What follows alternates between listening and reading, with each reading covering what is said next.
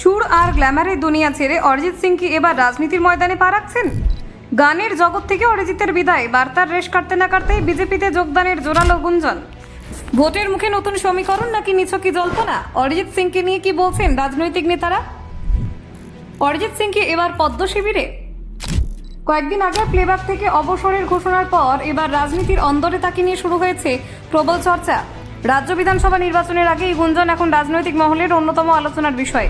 BJP নেতা দিলীপ ঘোষ জানিয়েছেন যে কেন্দ্রীয় নেতৃত্ব থেকে এখন আনুষ্ঠানিক কোনো খবর আসেনি, তবে তারা এই গুঞ্জন সম্পর্কে ওয়াকিবহাল। মুর্শিদাবাদের বিজেপি বিধায়ক গৌরীশঙ্কর ঘোষের মতে অরিজিৎ অত্যন্ত মানবদরদী এবং জেলার উন্নতির জন্য তার মতো ব্যক্তিত্ব দলে এলে ইতিবাচকই হবে।